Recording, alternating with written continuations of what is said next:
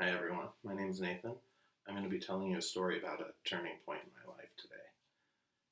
They say that you don't know how you'll handle an extreme situation, such as having a gun pulled on you, until you're in that situation. Well, I know how I would react because I've had it happen to me. A little background information: I dropped out of college in 2002. I floundered from job to job. Eventually, I ended up working for Circle K.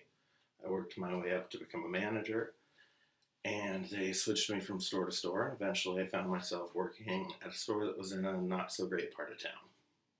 As a manager, part of my job was to come in very early when it was still dark, about 4 or 5 a.m., and do all the paperwork, reconcile the previous day. That involved counting all the cash that had been dropped in the safe the night before, counting all the money in the ATM, making sure everything added up.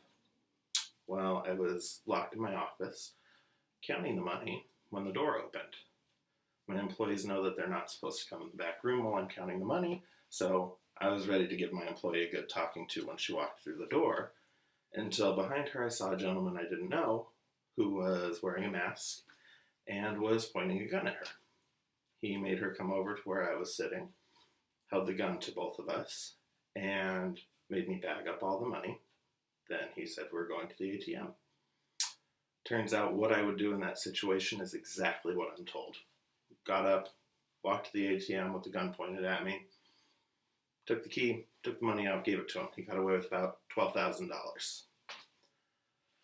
Well, fast forward a few weeks, showing up to work. Again, it's dark. Again, it's 5 a.m. And I see a gentleman standing out front, and I say, "Good morning." Realize he's wearing a mask and pointing a gun at me. He says, "We're going to get the money from the ATM." Same gentleman.